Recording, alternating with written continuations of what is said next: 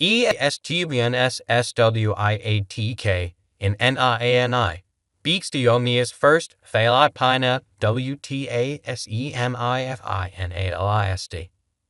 Teenage wildcard Alexandra Eala turned in the most remarkable performance so far of her history-making breakout run at the Miami Open, ousting No. 2 seed Iga Swiatek 6-2, 7-5 to make the first WTA semifinal of her career. Eala overturned a 4-2 deficit in the second set. "I'm in complete disbelief right now. I'm on cloud 9. A breathless Eala said in her on-court interview. Presented with a photo of her graduation from the Rafa Nadal Academy less than 2 years ago. With Swiatek by her side, Eala's state of shock only grew. "It's so surreal," she said. "I feel like I'm the exact same person as I was in that photo. But of course, circumstances have changed. I'm so happy and so blessed to be able to compete with such a player on this stage. My coach told me to run, to go for every ball, to take all the opportunities I can, because a 5-time slam champion is not going to give you the win." What are the key stats behind Eala's seismic upset? Eala, 19, is the first player from the Philippines to reach a tour-level semifinal, and is now guaranteed to become the first Filipina to be ranked inside the top 100 of the PIFWTA rankings next Monday. She is the third wild card to reach the last 4 in Miami, following Justine Henin in 2010 and Victoria Azarenka in 2018, both of whom were former world No. 1s returning from extended breaks. No. 140 ranked Eala, whose run this fortnight has also included wins over Jelena Ostapenko and Madison Keys, is just the second wild card to defeat 3 or more Grand Slam champions in a single tour-level event, following Elena Svitolina at Wimbledon 2023. Prior to Miami, she had never defeated an opponent in the top 40, nor faced one in the top 20. She now owns 2 top 10 victories. The result is just Swiatek's third loss to a player ranked outside the top 100 in a WTA main draw. Previously, she fell to Karolina Muchova, No. 106 at the time, in the first round of Prague 2019, and Anna Konja, No. 338 at the time, in the third round of Miami 2021. Eala will next face either No. 4 seed Jessica Pegula or Emma Raducanu as she bids to reach her first career WTA final. How did Eala pull it off? The tone of the match was set in a bruising opening stretch. The first 4 games alone took over 25 minutes to play after all went to at least one deuce. 5 of the first 6 games of the match were service breaks. Eala established 2 things from the off. Firstly, that her game could go toe-to-toe with the 5-time major champion. And secondly, that she could keep her head even when coming out on the wrong side of long deuce tussles and when her lead was pegged back. When Swiatek swatted a backhand winner to break back for 3-2, she seemed to have wrested the momentum. Instead, it was Eala who responded by running off 8 straight points and 5 consecutive games to lead 2-0 in the second set.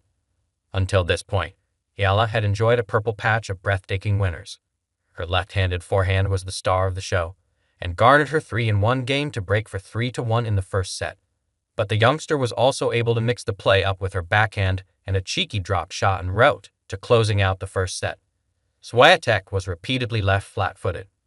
The relentless aggression of Eala's returning, frequently from well inside the baseline, also paid off. Eala won more second serve points, 50%, and Swiatek won first serve points, 47%.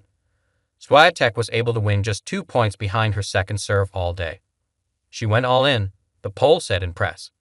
She made these returns in and pretty long, and so it wasn't easy to hit it back. She was pretty loosened up and just went for it. At 2-0 in the second set, Eala double faulted, and then Swiatek pulled off her best shot of the day, a forehand sizzler crosscourt. She held for the first time in the next game, and the 2022 champion ran off 4 straight games of her own to leave 4-2. But she was unable to sustain that form. Having tallied 19 unforced errors in the first set, Swiatek contributed a further 13 in the second set. But whereas Eala's consistency and depth had played a role in eliciting those mistakes early on, the back half of the second set saw rallies become shorter and more ragged. Swiatek also failed to serve the set out at 5-4 and collapsed in the final game of the match with a trio of wild forehand errors. On Eala's first match point, the Filipina pummeled another deep return to force Swiatek's backhand over the baseline. How did Eala explain her win?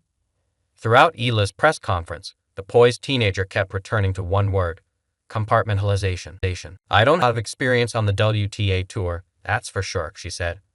But I do have experience with compartmentalizing. I have experience with being professional.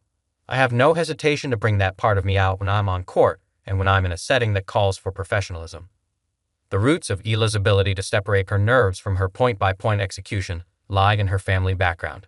Her mother, Rafa Nadal Eala, was a Southeast Asian Games bronze medalist in the 100 meters backstroke and then the chief financial officer for one of the Philippines' largest telecommunications companies. Her uncle, Noli Eala, is the former commissioner of the Philippine Basketball Association. It's not something I learned in the academy, she said. It's something I've gotten from, I guess, my experience as the things I have been through leading up to this moment. It's also something my family has guided me through, and it's part of my family's values. They are successful people in business. They are successful in their own fields and people I look up to. So disciplined was Eala about staying in the moment that, when the time came to celebrate, she looked as though she didn't know whether to scream or cry. I couldn't decide either, she admitted. I think I was so in the moment, and I made it a point to be in the moment every point that it's hard to realize what just happened. It's hard to realize that you won the match. I really tried to soak it all in, because this has never happened to me before, and that's why I was looking at the screen. I really wanted to keep that moment in my mind.